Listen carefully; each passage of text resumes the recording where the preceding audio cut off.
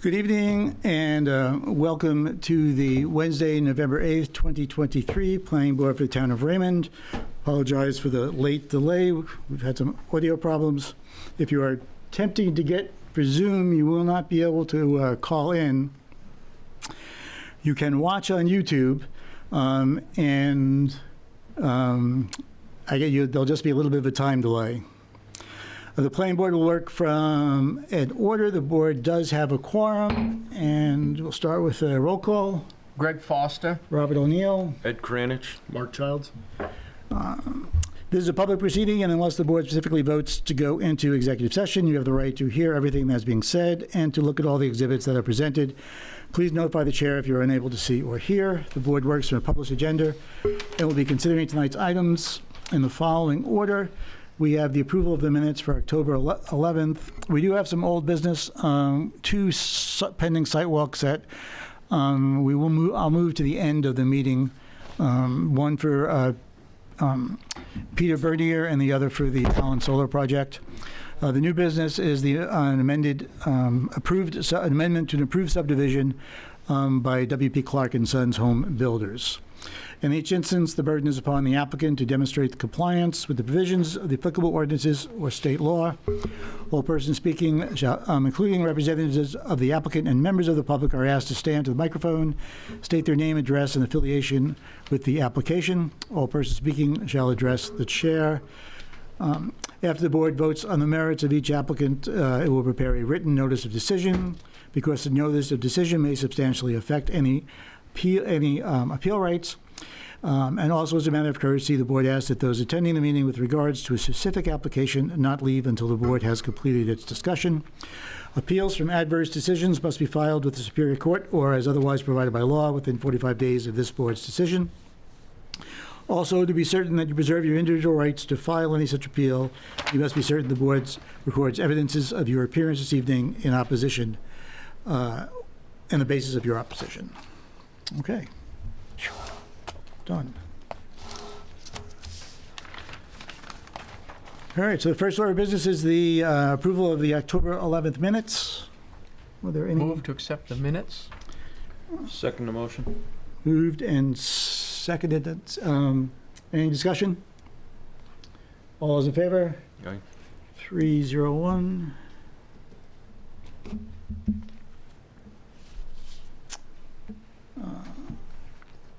I guess, okay. I was wondering how Sandy's going to get all that, but she'll watch the video.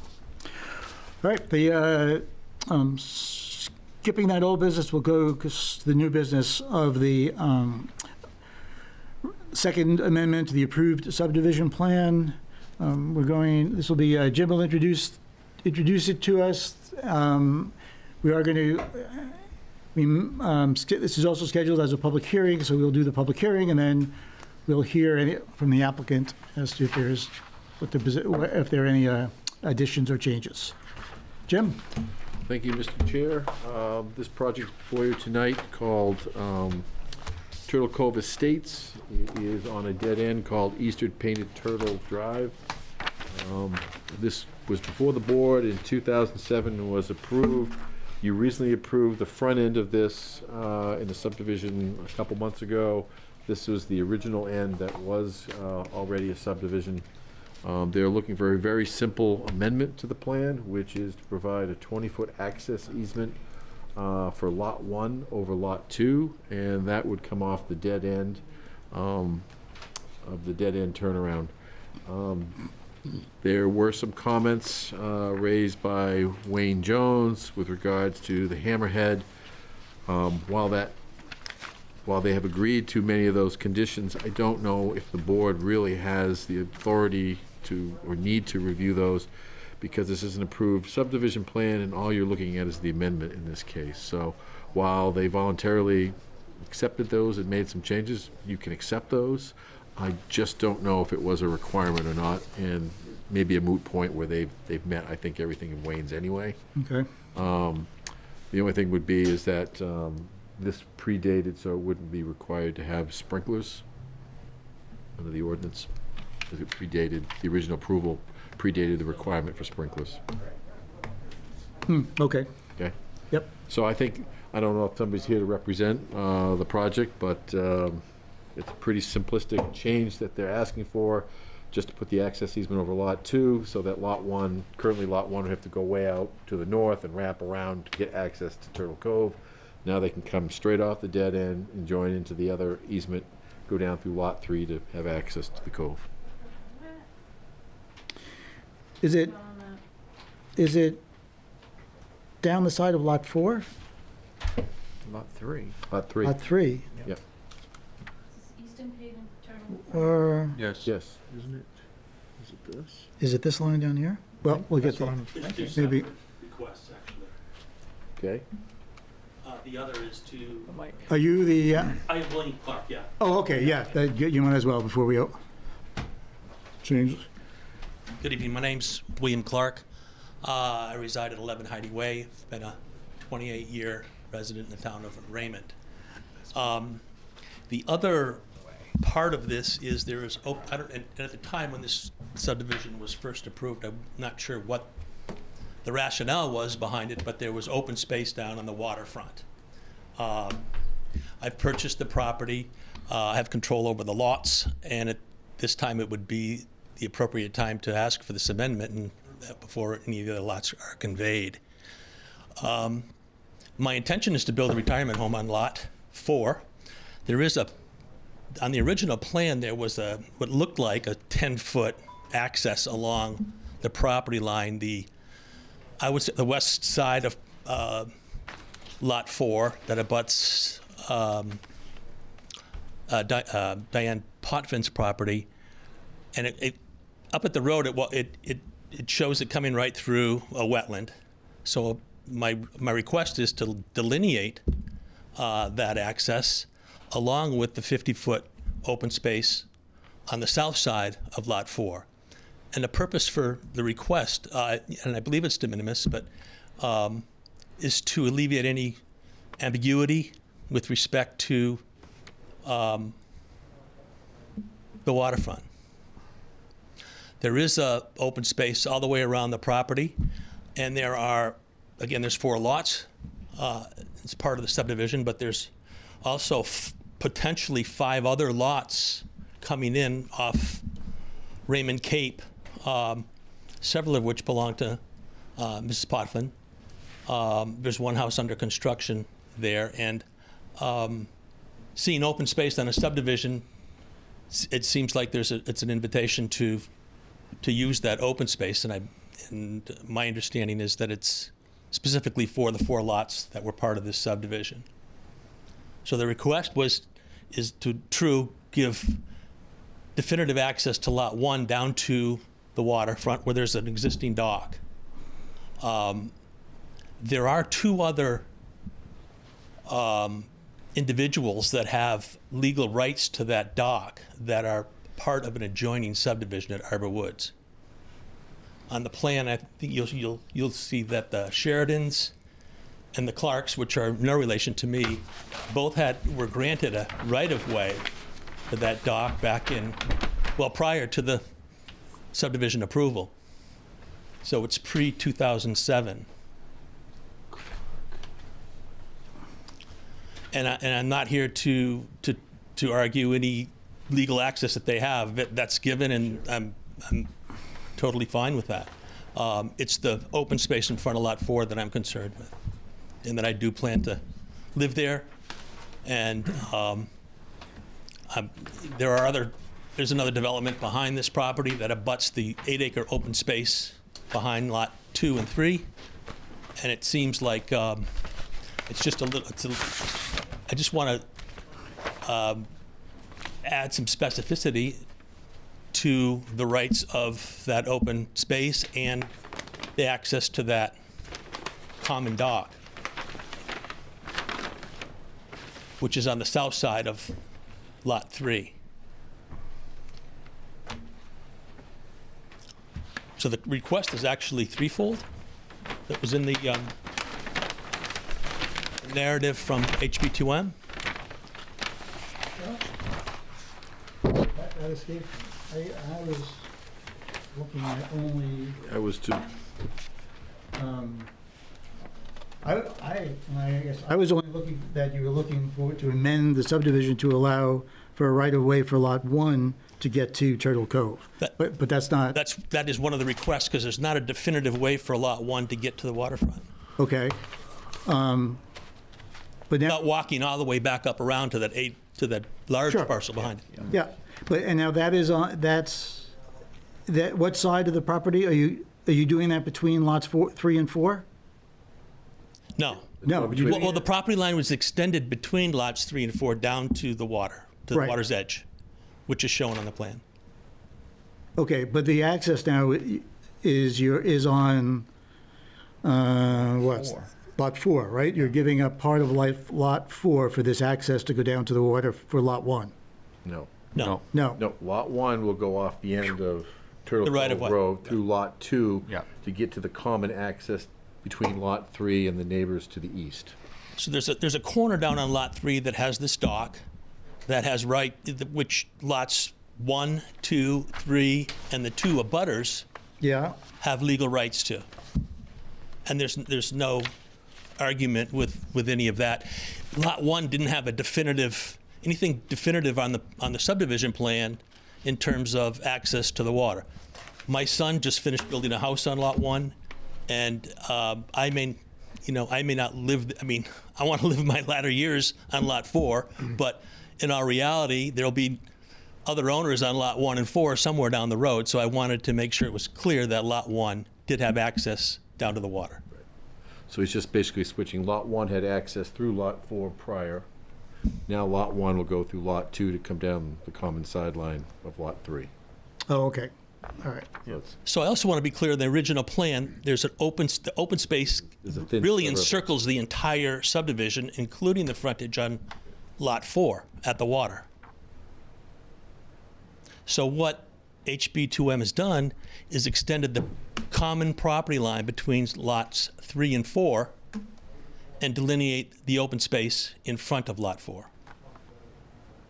Now, there's over 8 acres of open space that's there for the entire project. My understanding is that we're not creating any non-conforming situation where there's not enough open space, because 10% of the total acreage, which would be about 2.8 acres, would be required. They would have had to do that before, because Lot 1, to have access to the open space, would have had to have the open space across Lot 4. But now that Lot 1 has its access through Lot 2 and 3, it can get to the open space through that new easement. Right, there is no open space in front of Lot 4 and the water, There right? was There no was. original. Okay. I remember. The plan that you have is the amended. The one Okay. you have amends that and removes that open space, because now everybody has access to the open space with the new easement. Okay, it's you remember still what we called a did- buffer, though, Well, under the shoreline zoning, you're required to have access for all the lots to have open space and access to the lake Right. in shoreline zoning. Is that, I remember why we did this. So. No, changed, that's always been there. No one seemed to could explain why, to me, the questions that I had initially is why the whole property, and I don't know if that's part of shoreline zoning. Yep, for a subdivision in shoreline zoning, you're supposed to provide an access to the shore. Right. So it does have that down on the southeast corner of Lot 3. There is access. No, I understand. Yeah. So Lot 1 gets it, Lot 1 used to have its access through Lot 4. Yep. And then it would have to connect to open space so it was contiguous with the rest of the open space. Right. Now Lot 1 will go through Lot 2 to connect to the open space, have access to the lake, and access to the regular open space to the northeast. It's a footpath across the Right. front of Lot 3, Which, shown on the plan.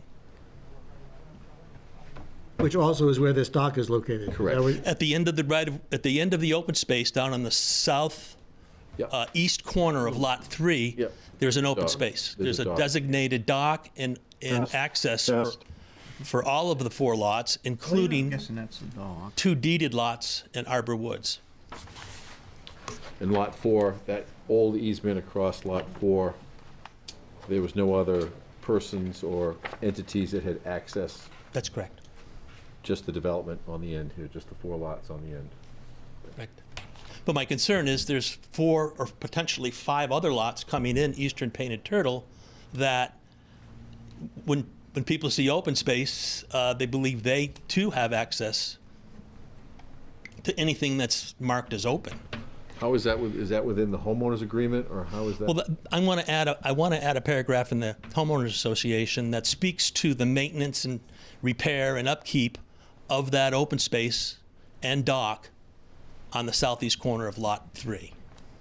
So will the one that we just approved a few months ago, they have rights to this open space too, or they do not? They do not. But someone who moves in it might think they do. They might assume that's open to the town.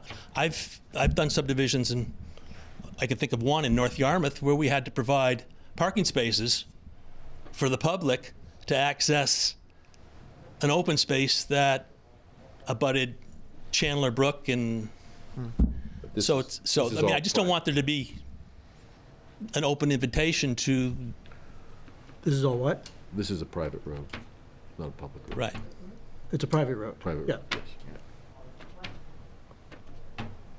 So now, the dock is going to sit in the open space. It currently is in the open space. It currently is, there. and it's staying in the open. It's been there for 20 some odd years. I think it was there prior to the 2007 approval. Okay.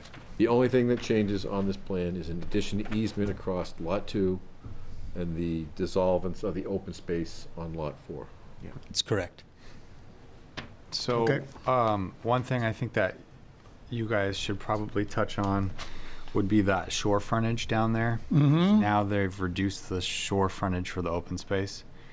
And a conforming lot, if it's a lot, needs to have at least 225 feet of frontage. And it would have 200, it'd have almost 200 if you go by the jogs. Well, so if you look at our definition, that's where the issue is. It's measured point to point. So that looks like it would be, Along the shoreline? from one end of the shoreline to the other, a straight line. It was 457. Or So it looks like it's like 175-ish now. But that would be for a buildable conforming lot. I don't know if you guys look at open space as something different, because it's not something that can be built on. It's not a lot. It's just open space. So I don't know how you guys want to approach that. This configuration was already approved, though. Well, they're making the shore frontage smaller. for the open space. By taking it off Lot 4, they're shrinking the frontage on. It used to be 457 feet. Okay. Yeah. There's a note Yeah. on the bottom there that says property line is 630 feet along the low water mark of Turtle Cove, which would include lots 3 and 4, I believe. Right, so that's if you take all of the actual physical frontage with the jogs and everything. Along the low water mark, so that's following Is the that edge of the. Frontage requirement for a buildable lot or a single It's lot family? frontage. I mean, I can read the short frontage definition for you guys if you want. If you think that'd be Sure, go helpful. ahead. It's the length of a lot bordering on a water body or wetland measured in a straight line between the intersections of the lot lines with the shoreline. Okay. Well, wouldn't that then be 630? No. According to that note? Well, intersections of the lot lines would be the line between Right, it's a tie line. 3 and 4. So 4's got 457, is that correct? I think, is that 457 from, Yeah, that's the whole distance from the end of 3 yeah, to that's the whole thing, right? Lot 4. It's the whole thing. So it looks like 4 has approximately a little under 300 now. But I think, one of the things that's interesting is the length of a lot bordering on a water body. I don't know if this is being considered a lot. It's not being called a lot. It's called open space for a subdivision. So it's definitely a unique situation. But the open space is now, is that, Yeah, if you eliminated the open It's space. eliminating the open along- space, though. If you They're, eliminated they're it on lot reducing 3, the amount of frontage. But does the open space need to have? Does it need frontage? Don't I think don't we. think it we- does, because you could eliminate the open space on lot 3, at least up to where it turns easterly, northeast. And then there's nothing to, I guess that's kind of where I'm headed with it, is I don't know I don't think it should be necessarily. considered as a lot, you know. Right, we wouldn't issue a building permit for this thing anyways. Right. The town tax map shows, I don't have a copy of it unfortunately, but it shows it, this, at the end of the open space, this little jog, that 101.05 distance as being part of the open space. I don't know, again, I don't know how much the tax maps are going to, Well, it's same on here, but it's not waterfront there, shoreline there, that Do you have the distance. subdivision ordinance? Because in the subdivision ordinance, it talks about access to. Yeah, let me take a look. Bob, can you hear us? Hey! Yes. Wow. Okay, I think we're back in the real world. Oh, great. So Well, Wayne, you can talk to, can't you? Just speak up and see if you can talk. Yeah, I can hear you. Can you hear me? We can hear you. Although I kind But of did like I the think other we're one a good. little We're bit back to the analog world. All right, so we should be able to continue on now. better. All right, fantastic. All right. So, just for the record, Kevin has joined the board as a voting member.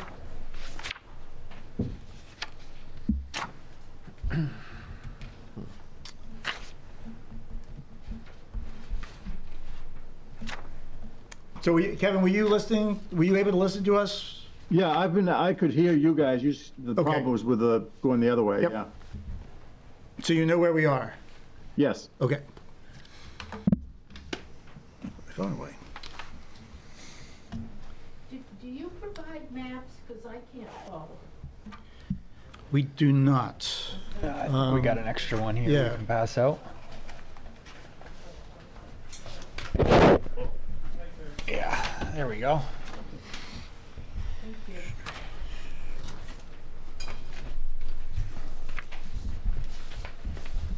There's one more if someone else wants one.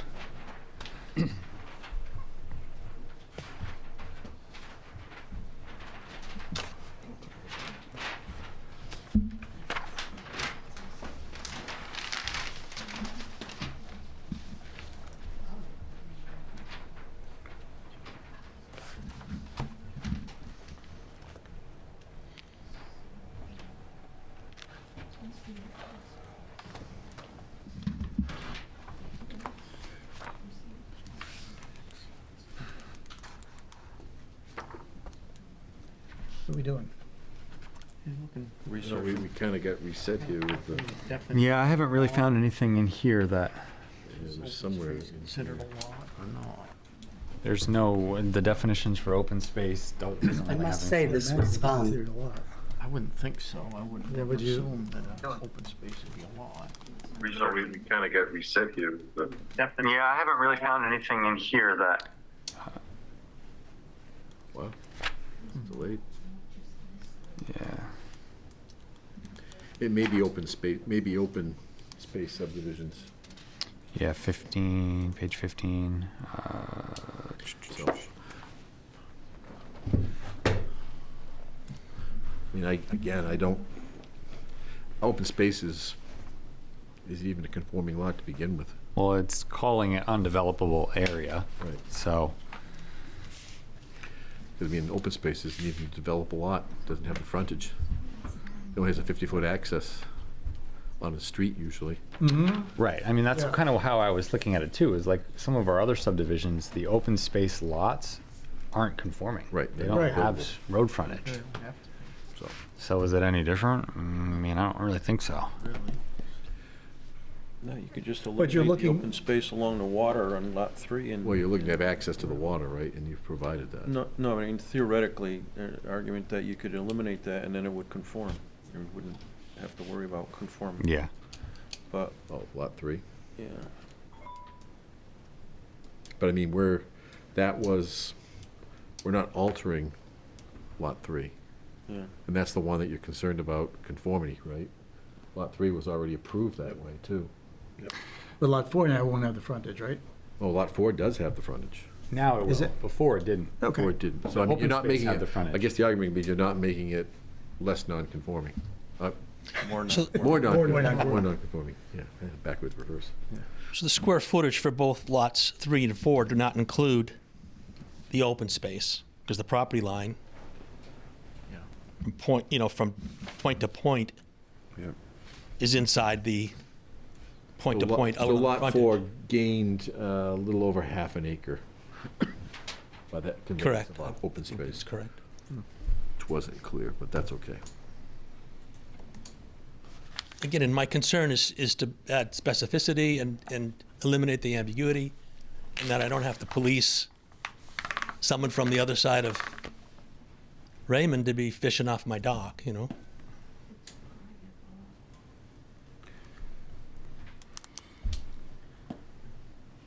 Okay, Yeah, I'm, what?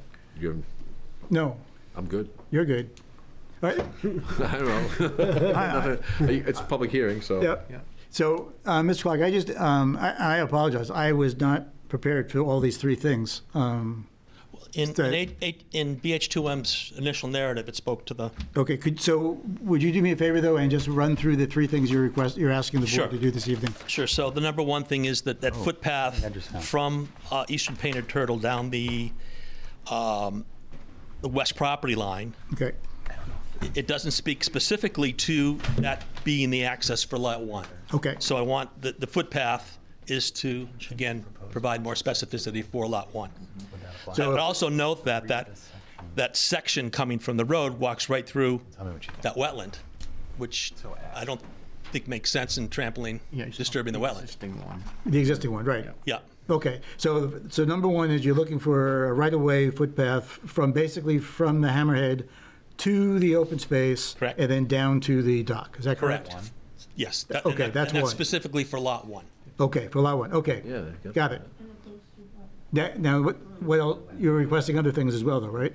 Correct? Okay, So I'm asking for the delineation of the open space that, on the original subdivision plan, comes across the waterfront on Lot 4. okay, So the new plan doesn't show it. It's showing an extension of the property line between 3 and 4. I think so too. It's talking from here to here. Do you have a copy of the old, Yeah. original 2007? Goes away. You have a copy of the old one? gotcha. Okay, Yeah. yep, I'm okay with that. 'Cause you'll see the open space across the lower part of the buffer on 4 Right, on the original plan. okay. Okay, and number three? Well, that is essentially, That's it, there's two. That That's is it. There's Oh, two. just two? The only thing would be is that the open space, the third would be the open space area that is removed, is placed into the area for Lot 4. The open space area that is removed is placed in, The overall area of four. Lot 4. okay. Right. So total open space is not changing? It does. How much does it change by? Changes by about a half an acre. Still within open space subdivision? Still meets the we qualifications. have about 3 times Yeah. the necessary amount in open space, so there's plenty of room. We're not creating any non-conforming situation and delineating that. All right, I think I kind of have it. It's a little Enough. confusing, no doubt. I thought this was going to be easy. It's okay. I know. All right, so are you okay? I'm going to open the public, yeah. Yep. All right, so I am going to open public hearing. If anybody wishes to ask questions, comments, you may do so. You need to go to the podium, though. State your name, your residence, and what your question may be. And we will try to answer it. And nobody? Going once? Going twice? Last call? Get to use the gavel again? That's it, okay. Public hearing is closed. All right, so discussion from the board. I'm fine with it. Yeah, Yeah, it's pretty minimal change, I'm fine with it. Yep. Seems to solve a problem, potential problem in the future. all right. It's like it makes things better. So, 1, 2, 3. All right, so does anyone want to attempt this? Yeah, I think it's just a simple, well, we have to accept this first. and, Yes, you should. Yes. Okay. I move that we accept the application as complete for the revisions to the access easements and the open space. Greg, seconds? Second, yep. All those, any discussion? All those in favor? Kevin? Aye. Goes yes. Okay. Complete. Public hearing has been held. We have comments on the actual application itself. Everybody's okay?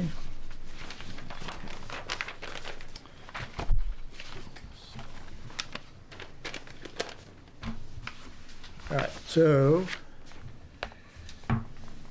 I think, Jim, we can use 1 and 2, right? Is that actually exactly what we're doing?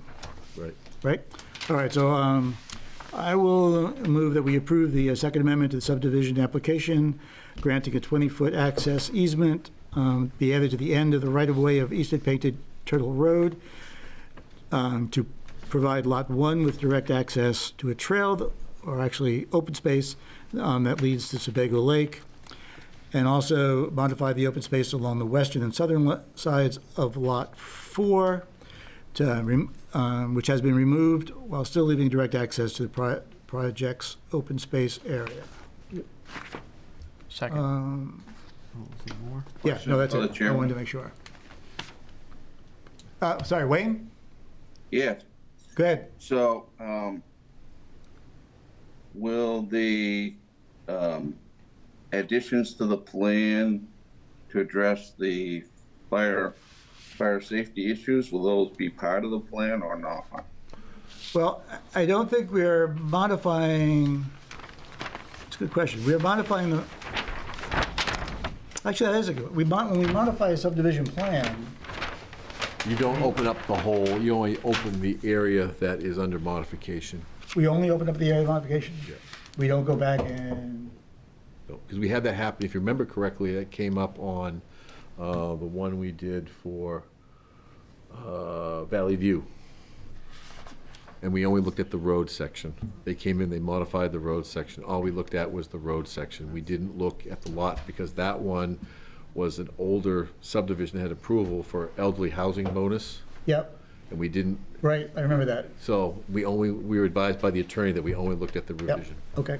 So that's just a case example, but. So the answer to your question, Wayne, is no, but I think I heard They've discussion. adopted, Wayne, they have added all the notes and fire lane details, so I would say they have voluntarily addressed your concerns, and they're on the Okay. plan that'll be recorded. Okay, And we're happy to do that. And they stated in public they're And happy just to do the- that. Mr. Chairman, just as a point of correction, note number 21 was a previously approved requirement for the sprinkler system. Oh, That okay, was On the 2007 plan Plans. previously. Okay. all righty. There's a second? There has not been? Second? Second? Discussion? Everybody happy? All right, all those in favor? I'm good. Kevin? Aye. All right. So Next. Wayne, I have seen the plan, they do have the fire lane signs and all the hammerhead information on there. Yes. I saw that too.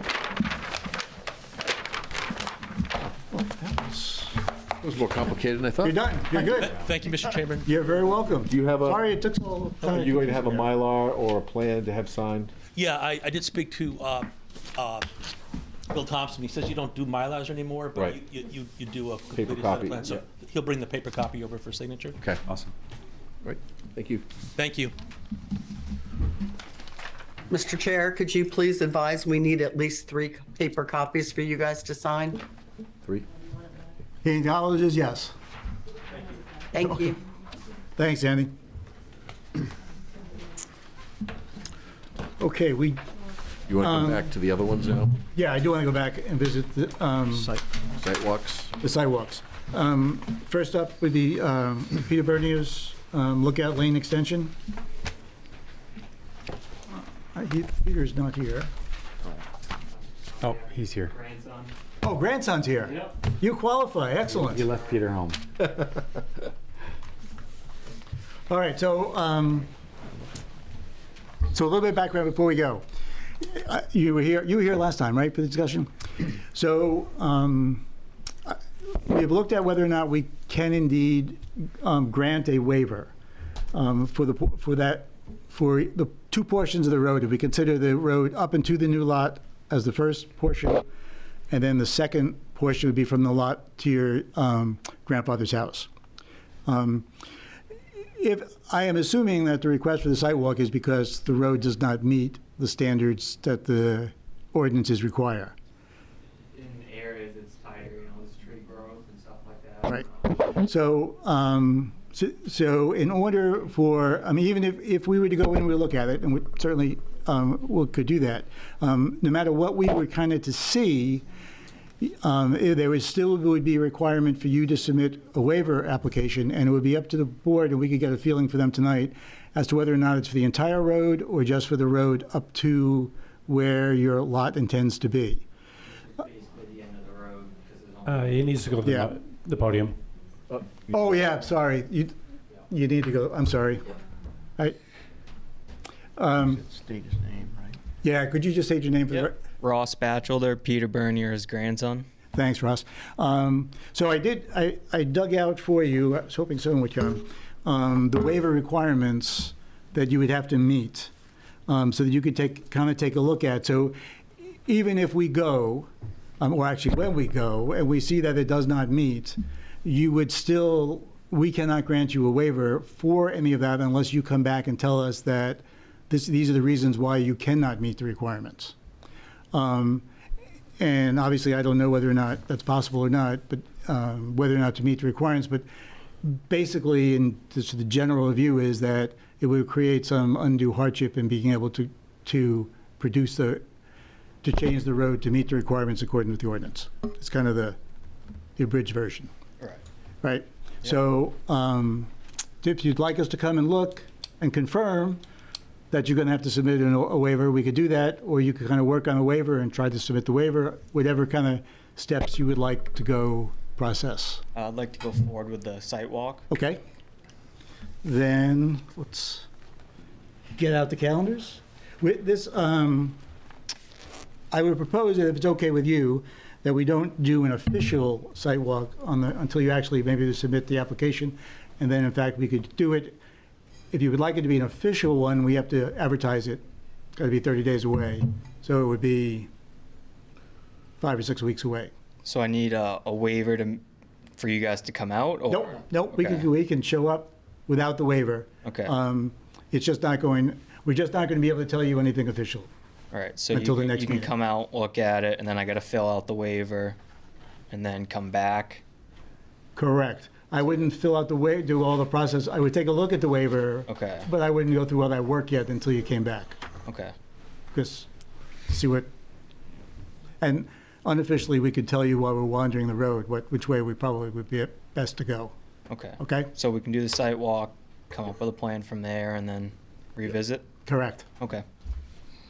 All right. So site walk. Calendars.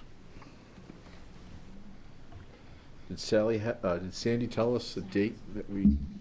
We're not going to advertise it. We're going to do an unofficial. Gotcha. Do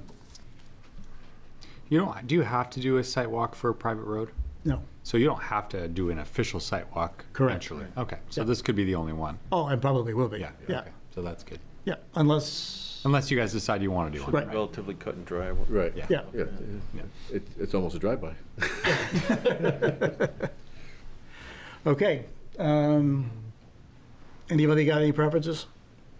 Well, I'll just The guess 8th? Saturdays. Saturdays.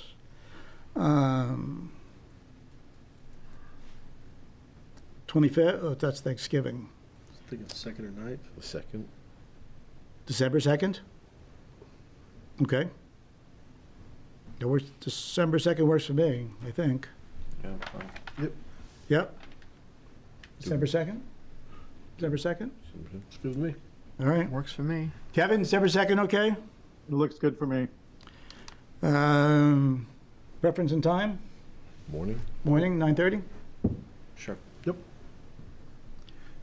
Ross, 9:30 on the 2nd, work for you? Second at 9:30.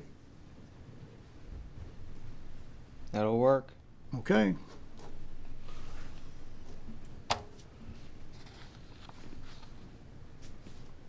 You're in. And Ross, if you want to grab this, Yep. that's out of the ordinances, and you can kind of, yeah, that's what you'd have to come back in writing with that for us to grant a waiver. Okay? And if you got questions on that, we can answer it during the site walk. Okay. Perfect. Thank you. You're welcome. Thank you. All right, that's one done. Next is the site walk for the solar project has requested the site walk. The land has been staked. He's probably, Dave, have you joined us? I did. Okay, I'm on. you're on, okay. So yours is going to get advertised, so we're pushing, Sandy, where's our first date? The earliest you could do it would be November 25th. So if you want to do them both the same day, That makes you could sense. probably do that. Yeah. Yeah.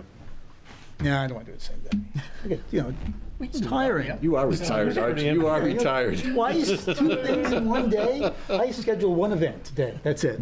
This is it. I do anything all day. I just hung out and waited for the. Wake up, it's an event, right? All right. So 9:30, 10:30. How long do you think it'll take us? 11? I don't know. I don't think that one's gonna take us that long. It's not gonna take us that long. Is it? What about travel time? It's relatively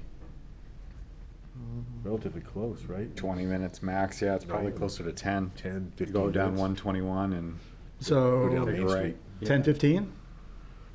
10, even 10, you I think? would say 10:30, just to be safe. Yeah, 10:15 would probably be fine. 10, 15. If we go over a little bit, we go over a little bit. Yeah. 10, 15. Dave, 10, 15 on December 2nd. That work for you?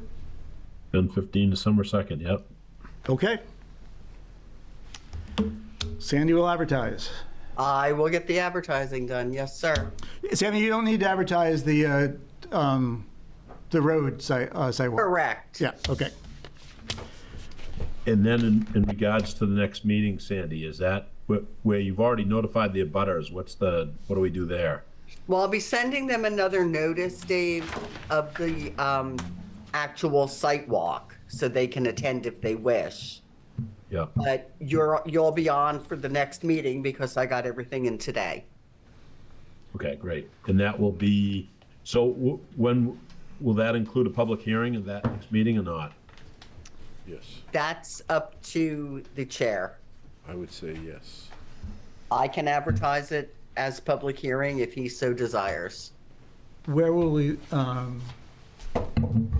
have not really even accepted the application yet. We didn't accept the application last time? No. Okay. Yeah, I think that might be, I think that's 1 month too soon. Because we have not officially accepted your application yet. It was just a sketch plan review. Preliminary, yeah. Got it. Yeah, so I would think our next meeting would be preliminary, where we would schedule the public hearing. Which would be January, and then. Yeah, So you'd have it by first meeting in January. yeah, Got it. got it? Okay. You got it, Dave? So we can accelerate a little bit. Dave knows this game. Yeah, okay, that's fine. I'm still working on it. And they've submitted an applicant for next meeting? Yes, today. Okay. Yeah, I'll Tough be hearing. working on getting that together and out, Jim, Okay. tomorrow. That's fine. No, I was just asking.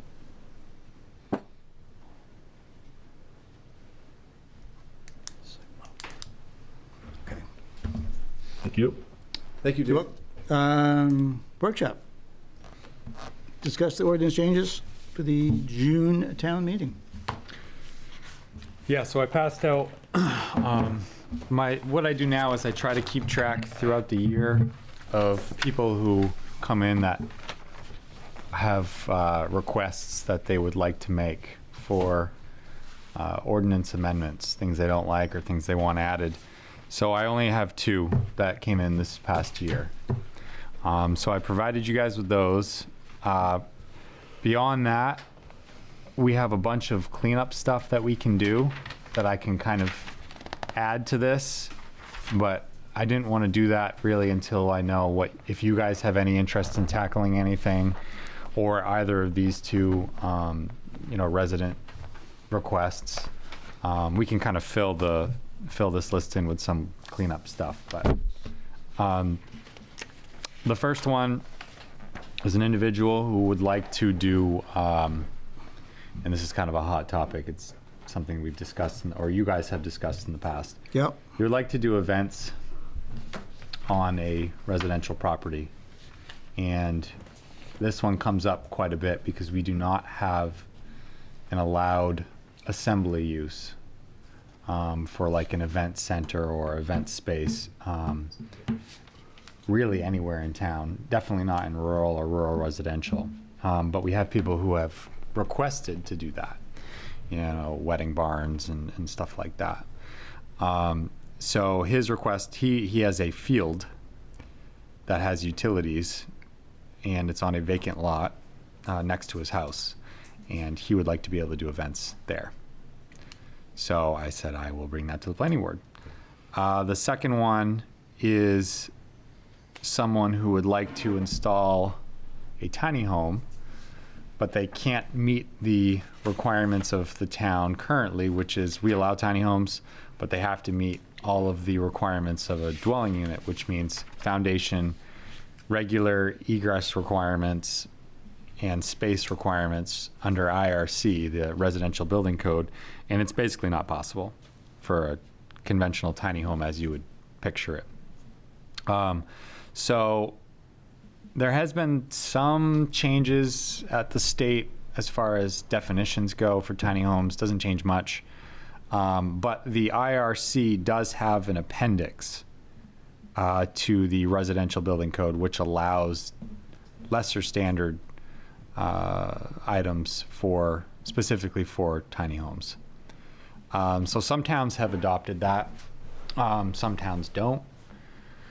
So we had a request from an individual for you guys to review that, possibly adopting the appendix.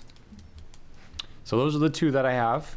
I don't personally have any others. I know we've got some stuff in the ordinance that needs to get cleaned up, but I don't have any pressing issues for you guys. So really, I was just curious, thoughts on those 2 items to see if it's something you guys want us to do some research. That would be the next step. Jim and I could look at other towns. Mm-hmm. And if there's any other items that you guys have that you want to look at. Sounds like a good idea to do some research on the tiny home issue. Yep. Compare what the addendum to the building code would require versus what Yep. we're trying to, or what are. And it's pretty short. I could give that to you guys for next month, so you can see specifically.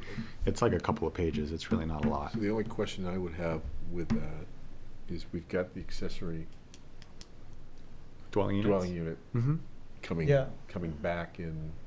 Yeah, possibly. Possibly. It's been pushed off again. And I know one of the somewhat biting issues with that is, do we want to allow them in the shoreline zone? Right. Yeah, how come we can't? Yeah. So Just allowed a whole bunch of houses in the shoreline zone. They met standards. So Well, the states man with do it, pass. for your first one, I top of my head, I would think that is something that the selectmen should task us with doing if they want us to proceed with that type of. Yeah, it opens hey up. Wayne, can you mute?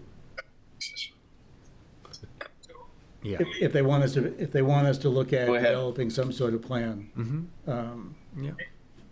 Because that's kind of a big thing, big policy change. It impacts. Sure is. Yeah. Impacts more than just planning. Well, I think if somebody wants to put a tiny home and it conforms to this code, and that's the only home on a lot. No, I skipped. Oh. I skipped over to number 1. Now he's back Oh, on events. sorry. Oh, events. Yeah, Yeah. events. We did go down that path Yeah, I know. once before, and I think it was the selectmen that kind of said, let's not continue this Correct. based on that. We did do some research. We looked at Cumberland. We looked at a few other event locations. They can be contentious, and I think, Wayne would have a big say about that because it's a mass gathering, Right. the fire code. It does open up Yeah. a lot of issues. Oh, yeah. And we had talked about, I know even back then, we had talked about making it a special exception, which have to go to the Board of Appeals or something like that. And the number of events and all that. Or Exactly, conditional yeah. uses. Right. And how do we license it, or how do we even police it, for that matter? So it They does, get a liquor license, outside. yeah, I mean, any venue can get a temporary liquor license, yeah. Yeah, so I think that's got to go selectmen if they want us to proceed with. I'm Okay. happy to kind of do it, but Yep. we would be the logical committee to do it, but I think it's a big enough policy change that they Yeah. got to buy off on it. So I will reach back out to Bruce and let him know that he can request to get on a select board agenda and request the select board look into that. Right. And if they want to task you Is guys, there with it, another, they can. can they do a citizen's petition? They can do a petition too, yeah. Citizen petition, okay. So Yeah. I offer three, when people come in, I offer three options, because that's, I believe, what's in the ordinance is, the planning board can initiate a change, the select board can initiate a change, or they can do it through citizen petition, which is like a certain percentage of the last, 10%? yeah, something like that. It's like last vote. 300 people. Yeah. It's quite a bit. So obviously what they say is, well, we'd like the planning board to do it. So that's typically why I present that to you guys. If you guys don't want to take it on, like you're saying, that's a big one, we don't want to take that on, then I'll suggest you go to the select board. The select board can then decide if they want to task you guys with it, and they may say the same thing. They may say, do we really need to do this? Is it that big of an issue? It's just, it's a larger issue. It's a taxation issue, it's a commercial issue. Well, it's a Oh, yeah. commercial issue in a residential Parking, zone, noise, So much Oh, yeah. more than noise, just- waste, parking. That's approving that. That's- Yeah. it's a big one. I mean, It's a it can business. be done if in the right environment, but Yep. again, I think when we had it before, how many times has this really come Yeah. up? But Mm-hmm. there's money to be made in this type of venues, and Yep. if you don't police it, then there's probably ways around. So now back to tiny homes. Weren't we waiting on the state to come up with some guidance on this? So they have a definition that they have, and it's essentially now set up similar to an RV. So they have to meet a standard that, and Wayne can jump in because he probably knows more. To me, it's in between an RV and a mobile home. It's kind of in that area. And so now they're allowed in the state as long as they meet two specific standards. I don't know them off the top of my head, but if you Google it, you can find the statute that has those two specific items. They have to be essentially certified in the state of Maine to meet those. And if they don't, then they have to meet building code. The tiny home has to be certified? Mm-hmm. So there's did you do that inspection? No, that's Kind of like the mobile home, the modular home. It's kind of like an RV. You have Oh. to have a Yep. certificate. It would come from the manufacturer, wouldn't it, or someone? Yeah. Yeah, because if you look at Right. our mobile homes, anything before 76 didn't have a registration, everything after 76 has to have a certification. Right. Wayne, am I right on that? Is that, Yep, that sounds right, Alex. yeah. And they have to meet a certification to an NFPA standard. Yes, yeah. So, and if they decide they want to stick build a tiny home, then it has to meet the code, the building code. And that's where I think people have an issue now is you can't meet the building code with a tiny home because it just doesn't make any sense. The egress and the separation. You have to, you gotta have egress Firewalls. windows and the minimum bedroom size, and you can't have a loft for a bedroom because they don't have egress stairs. So it's interesting. Egress windows. Egress As windows, yeah. As I've seen these, people's definitions of tiny homes are kind of all over the place. Some people think a 20 by 20 is a tiny home, 400 square feet. Other people think that it's, 300 square feet. So 480, I believe, is the definition that the state has. 480. Less than 480 square 480 feet, square feet, so I believe. it's pretty small. Okay. Well, that one I think we probably should. That would be fun. We probably should try to tackle that one, huh? We can do some research and Jim, Wayne, and I can maybe look and see what is out there. and come back next month with all of it, and you guys can take a look at it. Kevin, you up on tiny homes regulations? No, but I've been just listening, and to me, it's like Wayne was saying, I think it's a safety issue as long as they meet the NFPA standards. I think that's probably going to cover the safety issues. I don't see why you can't have egress covered, and, you know, to me, it's the wiring, the plumbing, you know, those type of things that you've got to just make sure that they, and I don't see why you can't meet the building codes other than the square footage code, you know, part of the building code. Yeah, let's just pull some information together and share it with you. Do you guys have anything that you're interested in looking into this year? I think we're probably, Probably I do. yep, go ahead. At the last comprehensive plan meeting, we discussed the issue of accessory dwellings, and there was concern by the members how the town is proceeding, so I invited them to come today because I knew this was either a workshop or we were going to talk about accessory dwellings. And so we have 3 members, myself, Peter, and Sean. And I guess Peter's ready to say something, so. Looks like it. Yeah, hi. My name is Peter Levitt. I'm the co-chair of the current comprehensive plan update. And we have spent a considerable amount of time at the meetings discussing some of these issues.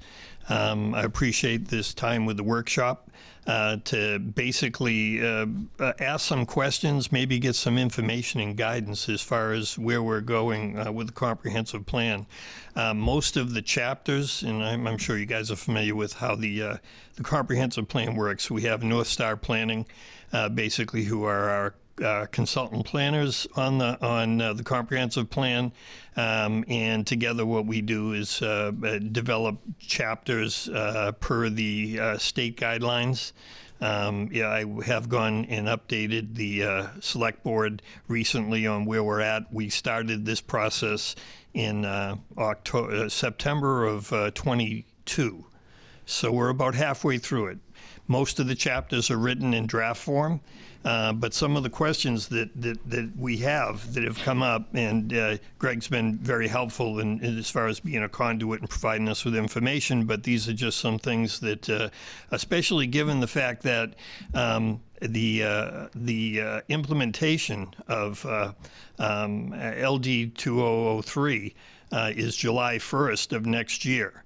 Then there is considerable concern on the part of the committee that about the time that we're kind of wrapping up the comprehensive plan, this rather large impact on ordinances is going to hit. It's going to actually be implemented. And so we felt that it was not too soon to be asking the planning board to give us some guidance and also look at some ordinances that might be considered along with that. So I'll read a few of them. I'm sure Sean's got some too, but both in 1991 and 2004, the comprehensive plan of the town of Raymond assigned a high priority to the recommendation to require 10% affordable housing in all new developments. What I can tell you is in my research of those plans, that never came to fruition. Although they were assigned a high priority by the comprehensive plan, it was never implemented. Local comprehensive plans, while not regulatory documents, must not conflict with Maine statute. The statute regulations for comprehensive plans cited in Chapter 28 identify that communities should seek a level of at least 10% of all new residential development built during the next decade be affordable. Although we have not gotten to the point of actually voting on what's going to be included in the comprehensive plan update, what I can tell you is that it looks pretty much like we will make that recommendation again. So this will be the third comprehensive plan in which a high priority is assigned to achieving that goal. So I guess one of my questions would be what will be developed by the planning board as far as ordinances to achieve that. What we have had is the opportunity in the comprehensive plan to interview the comprehensive plan members, interview all the department heads and chairs of committees. I had the opportunity and the pleasure to actually interview the chair here and got a wealth of information from him as far as where he thought the town might be going from a planning board perspective.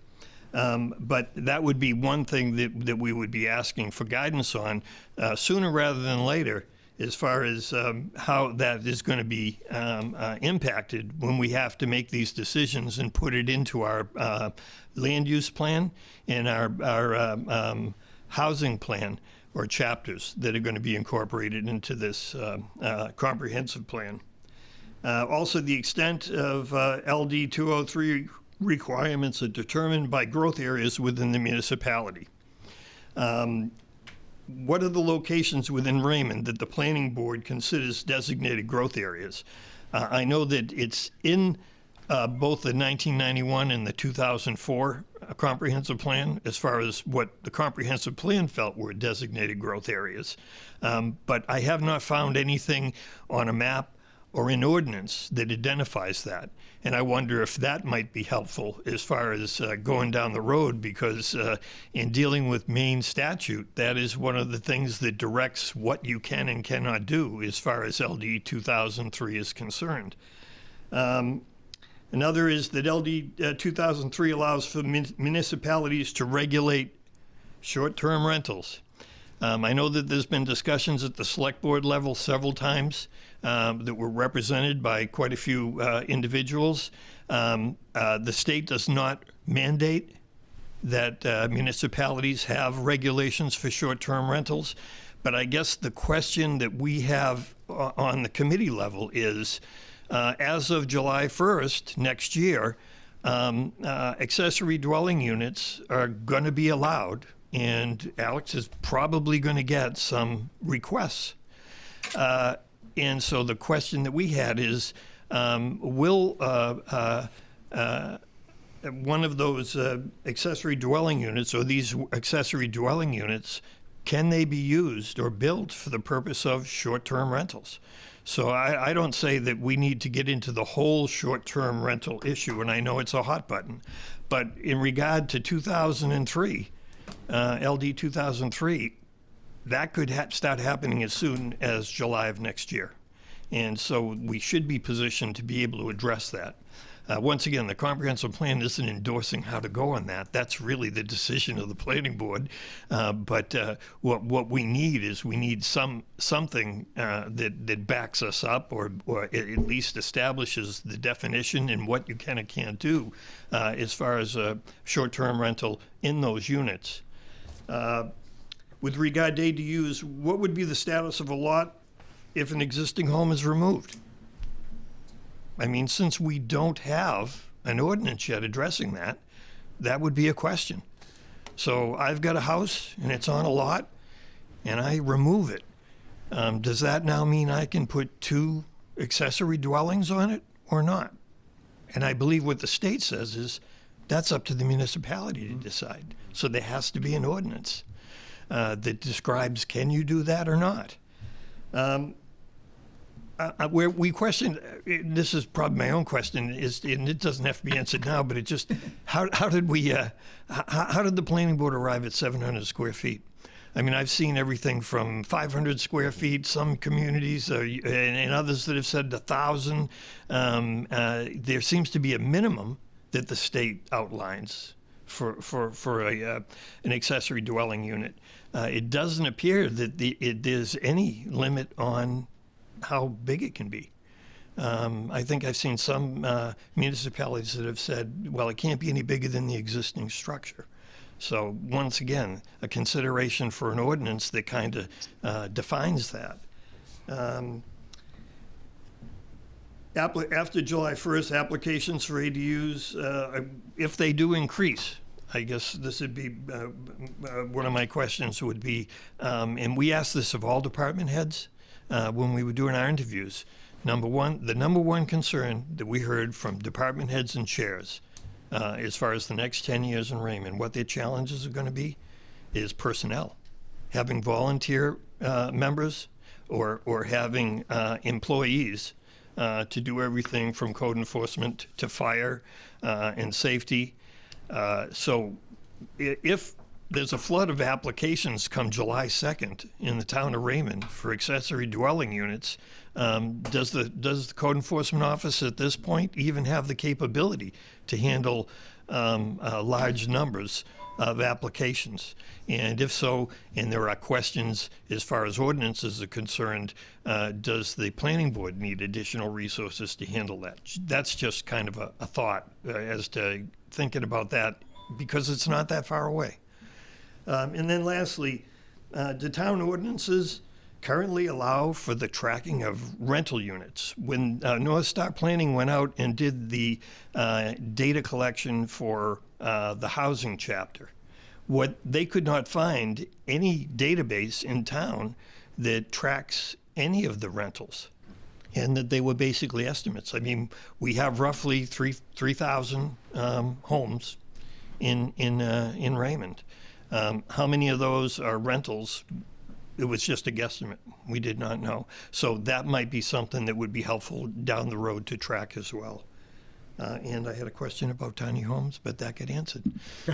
So thank you for your time. I think that Sean has some additional I questions. have a question. Can you Sure. define short-term rentals in this case? I believe that short-term rentals, and I've seen that all over the board, Ed. It's everything from 3 days to a week. Yeah, that. And the associations 6 months, could that be considered? You know, it's less than a year seems like would be short-term. I'm currently working with the town of Sebago, but we found that Casco has actually adopted a short-term rental ordinance. So they there is define the they dates. defined the date in their ordinance now, which I'll also ask Peter, with regards to the ADU, maybe Alex, you can answer this. Doesn't the town have the authority, they don't have to, they'll have a period of time, right, to adopt this? Or is it- We currently do have an accessory dwelling units Yeah. section. Right. We did that last year. Right. So, But ours can supersede the state, or does it have to meet the state? well, the attorney went through last year and made sure that we were in compliance with LD 2003. The problem is, since he did that, they've continued to Right, make modify changes it. as they're getting Right. pressure from the other side. And so we would likely want to have him do that again this winter, just to make sure that we're on the same page. Because we do allow them currently. Right. They're allowed anywhere in town. Yeah, if I could, my understanding is that similar to most ordinances, the municipality, in the case of LD 2003, we can be more liberal, but we can't be more stringent than the state statute. So as you guys know, I mean, there's no way that we can, or the planning board could implement density.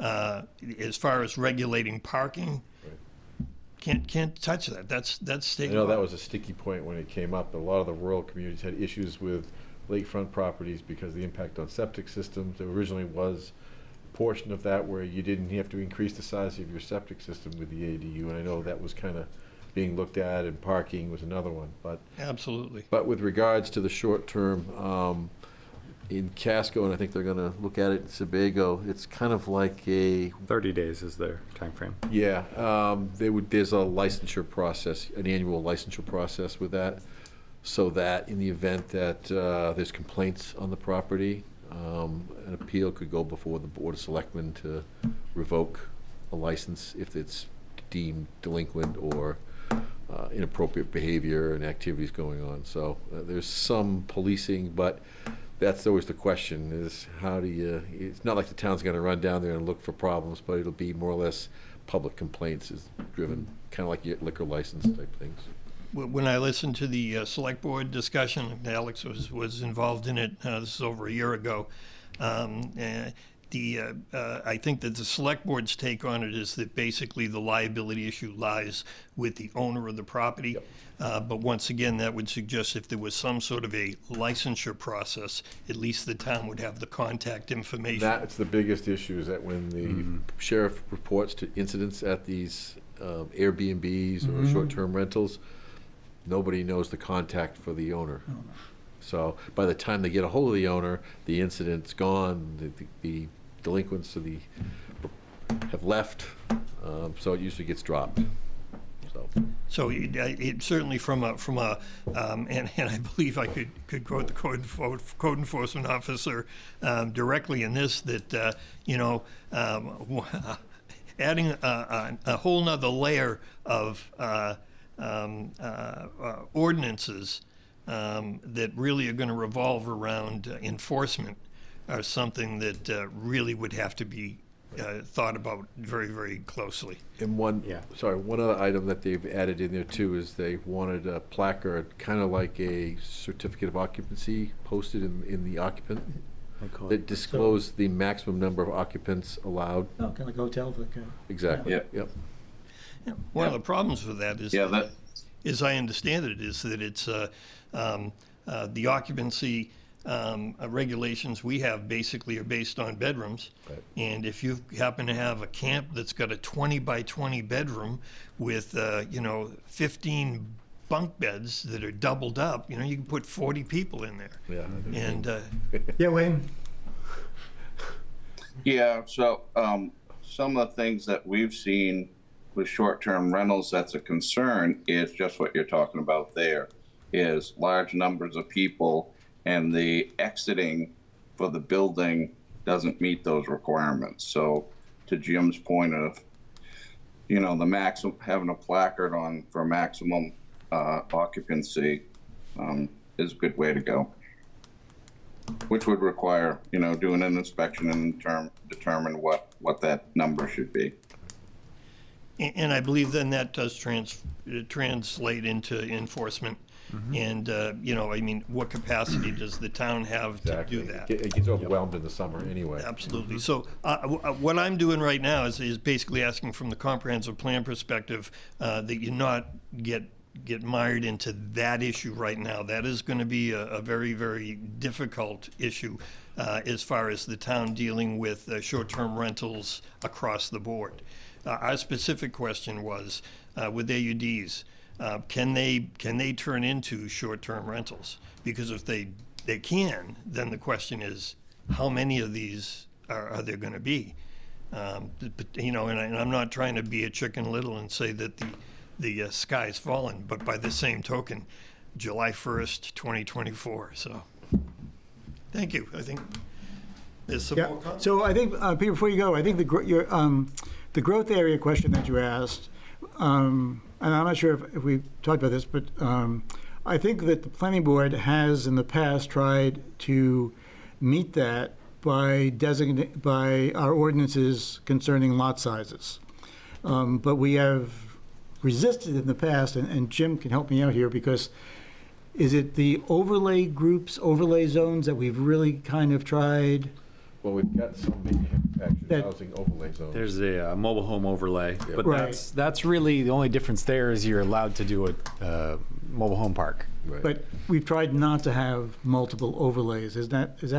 Right, we try not Yeah. to. That's So really that's all we why have. we don't have a specific, we've just kind of used the ordinances to guide, and hopefully they're.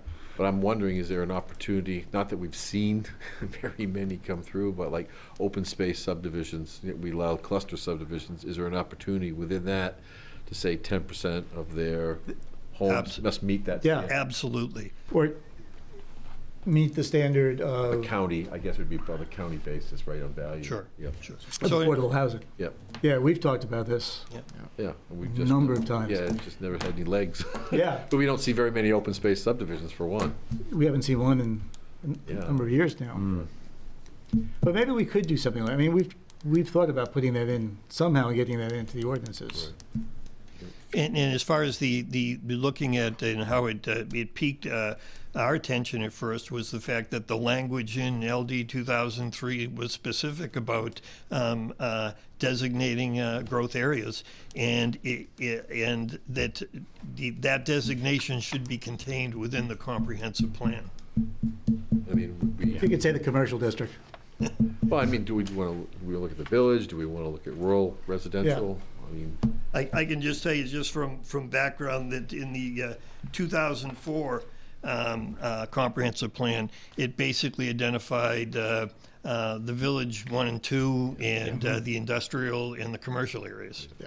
You know, which seems to make perfect sense. Yeah, near all the resources for those type of homes, so.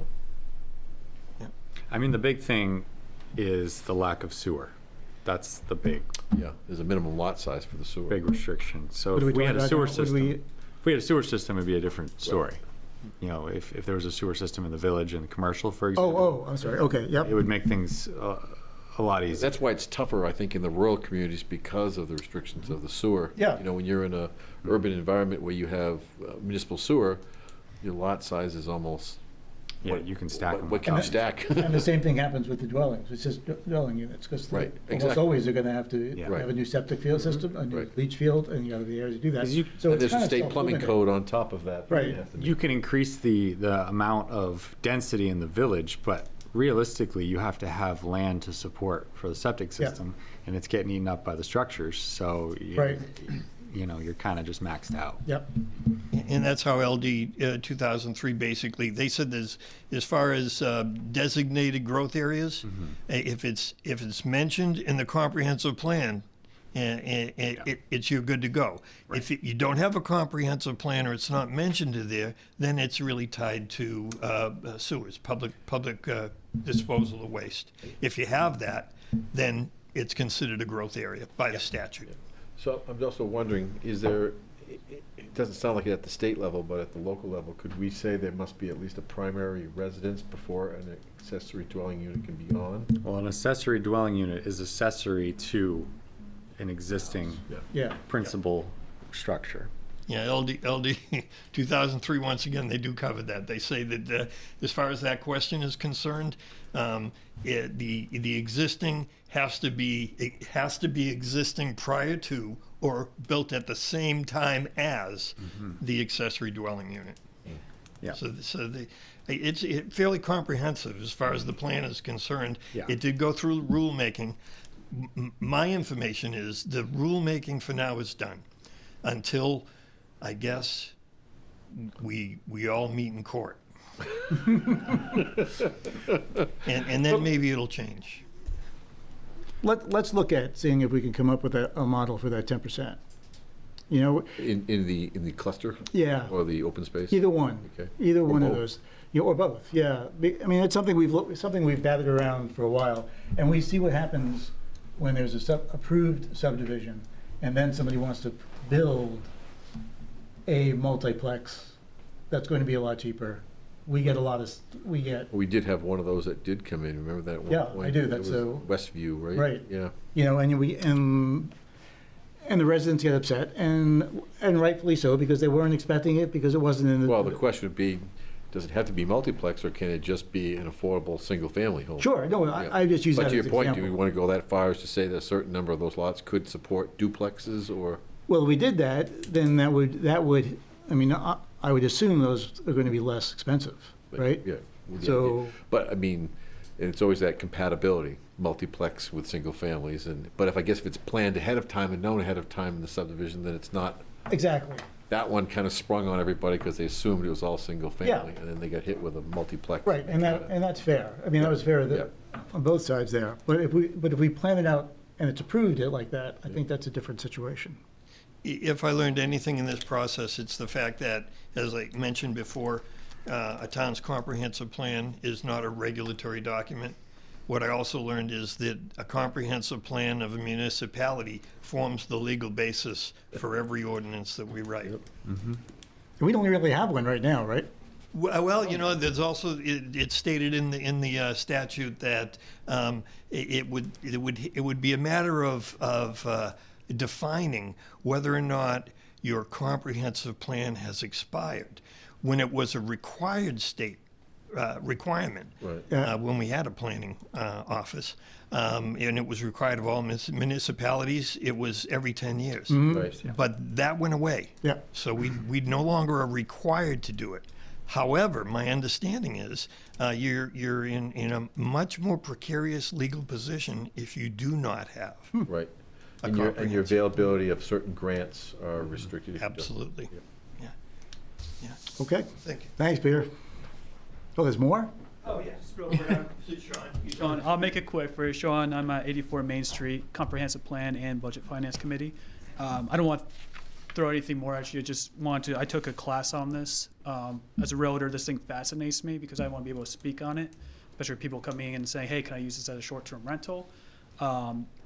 When I took this class, the panel was comprised of somebody from Janet Mills' office, so it was just very interesting because some of the stuff that they were saying, they're like, yeah, we don't quite have this thing locked down yet. We're still working on it, so anything that I kind of say could be kind of changed.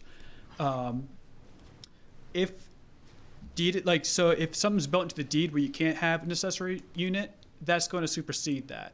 So if there's some kind of restriction on the deed that says you cannot have another unit, that won't go into anything that's protected by the deeds. ADU must be 190 square feet minimum. Like Peter said, municipalities can set the maximum. For example, South Portland has up to 1,200, but typically 800 is the number. All the shoreline zoning still applies, but with the wastewater and the water, it's got to be adequate water, and you have to expand your septic tank as well. So I was pleased to hear that, because if you put in another 1-bedroom unit and you only have a 3-bedroom septic, you need to expand that so it's 4-bedroom. Municipalities can choose on how to decide if you have a tear down.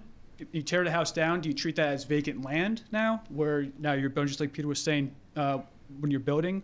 The towns can decide on how to do that. Let's see. Town of Yarmouth has not pursued short-term restrictions, but South Portland is restricting them. So just a little information for you on that. And Total restriction, none at all? Yarmouth is not pursuing any short-term restrictions, so they're going to allow it. Yep. And South Portland is restricting the short-term. Wow. Now, with those two, I'm not too sure about Yarmouth, but like South Portland is on water sewer. Right. We're a septic here, so and then, yeah, that's about it. Peter really hit on the rest of the stuff, so I just want to kind of bring those couple more details in. It really fascinates me, so I'm not saying one way or the other, but I think that the concern of the comprehensive plan was that, hey, this thing's going to come quickly, and then if we do decide on short-term rentals, just how is that going to affect our staffing right now for the town, which is already kind of limited. Okay. Yeah, you only get one shot at it. Oh, really? Yeah, that's it. So I'd just be remiss if I didn't say this. In my investigations and educating myself into this whole process as far as the comprehensive plan is concerned, I would tell you that Raymond is exceptionally positioned to deal with this, based on the foresight in the efforts of the planning boards that in the existing now and before, the code enforcement officer, the contract planner for the town, and that when legal is telling you there's not a lot you have to do, I believe they're right, because this town has positioned itself way before this thing was ever even on the horizon. So we do appreciate that. Thank you. So you can keep talking, Peter.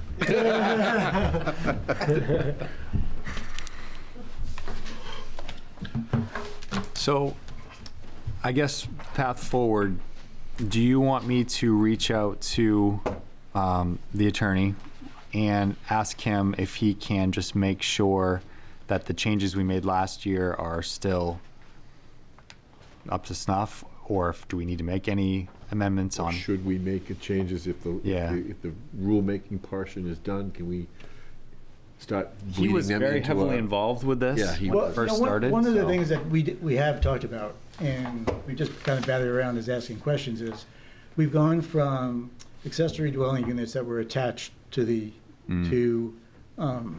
principal unit, right, the principal house, Yeah, what do we- whatever we call it. In-law apartments, Right. they were called originally. And then, we, as a board, batted that around. Do you remember this? Yes. You were on there. We batted that around and said, well, what's the difference if it's attached or it's not attached? Right. So we went with, why don't we just do it? And so we came up with 700, I think, was advisement under the state, I believe. It was something like that. Yeah. But what we really didn't consider was so much more of the property that gets eaten up with the driveways and all that other stuff. But even more so, and Peter brings this up as an interesting thing, is that we can build that, you build it for your mother-in-law or for your son or whatever as a separate place, but then you move on, and that becomes the perfect rental, right? And that's why we did the accessories, because that's what we saw happening. Yeah. Exactly, it's yeah. Force. You know, so, but if you go back to what we used to do it, and it's attached to the principal dwelling, it becomes much less of a rental property than when it's separate. Maybe, I don't know. You know, I don't, you know, because it's, I don't know if it's attached, you know, normally there's some way, there's a door or something in there. Yeah. You know, but, or that could be a requirement. But, I mean, I don't know if we should go down that road. There's a little but- irony here, is that the state obviously came up with this accessory dwelling unit as a way to combat affordable housing. Right. But in a community like Raymond, you know, those rentals, if they're in the shoreline zone, are not gonna be affordable. No. They're gonna be on Airbnb, going for whatever a week, and, Yep. you know, so it's not, in that case, it won't be combating affordable housing, so it'd be interesting to see what their purposes are and how they address that in this. And maybe we have it just in the rural district, you know, and not in the, as, Or in our growth districts or or whatever. the growth district. We have two accessory dwelling units. Those are questions I ordinances. guess we'd have to iron out, and maybe talk to even Phil about the legality of where and how. Yeah. I don't know if we can. Yeah, I mean, we can't have any control over it once we approve it. I mean, it's. Because, I mean, just think what we went through with the districting of modular and mobile housing when that came up. Right. That was difficult. Yes. Very. All right. Okay, so are you Anything okay? else? Yep. Yep. Anything else that we're gonna look at? Wayne, do you have something? Yes, just a quick comment on the events that we're looking at, the events language that we might be looking at. We are not, Our Wayne. adopted code. Wayne, we are not. We're gonna throw it Oh, to the you're select board. No, we're not doing it. We're throwing it to the Okay. select board. Yeah. Very good. And hopefully we will not be doing it. Yeah, because our adopted code addresses a lot of those types of functions, NFPA 1. Kevin, you got anything? No, but I am interested in the accessory dwelling unit. I don't see why we would be restricting sizes.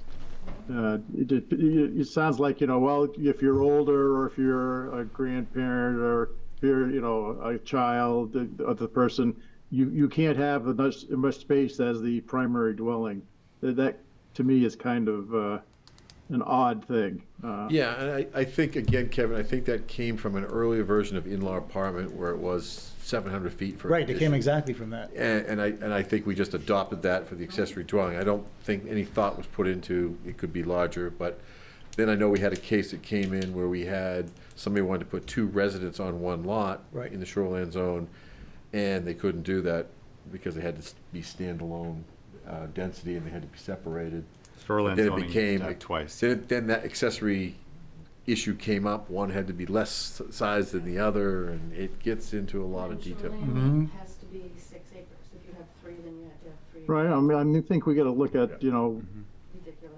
if we're going to have people But you can't have do 2 this, primaries on the same we lot. need, we need to, safety and the environment, the things that we should be concerned about, but not Yes. restricting sizes. If they meet all of the, So I'll bring you know, in the requirements Yeah. for runoff and whatever, and septic systems and codes, you know, I think restricting people's freedom is kind of something that the town shouldn't be. And you can go into a, you know, some sort of other place and live in a group of people that wants to do that. But if a town is restricting, if a government's restricting, you know, how people live, is other than the safety and environmental concerns, I don't think we should be quite imposing those type of things. If I could just add something, they said that you can't restrict them outright in shoreline zone. Needs to go to the podium. Well, they did. They restricted it. No, they're allowed in shoreland. They're allowed. But it's twice the, Yes. Yeah, twice the density. there are, the shoreline is treated differently. Yes. Twice. Yeah. I'm just gonna, I don't care if the conversation keeps going, but we're gonna have to keep on going to the mic if we keep on talking around here. So, is there anything else that we want to talk about officially? I'm good. Then we have a motion. Good. Someone want to do it? To adjourn. Yeah, done? Move we adjourn. Second. All those in favor? Okay.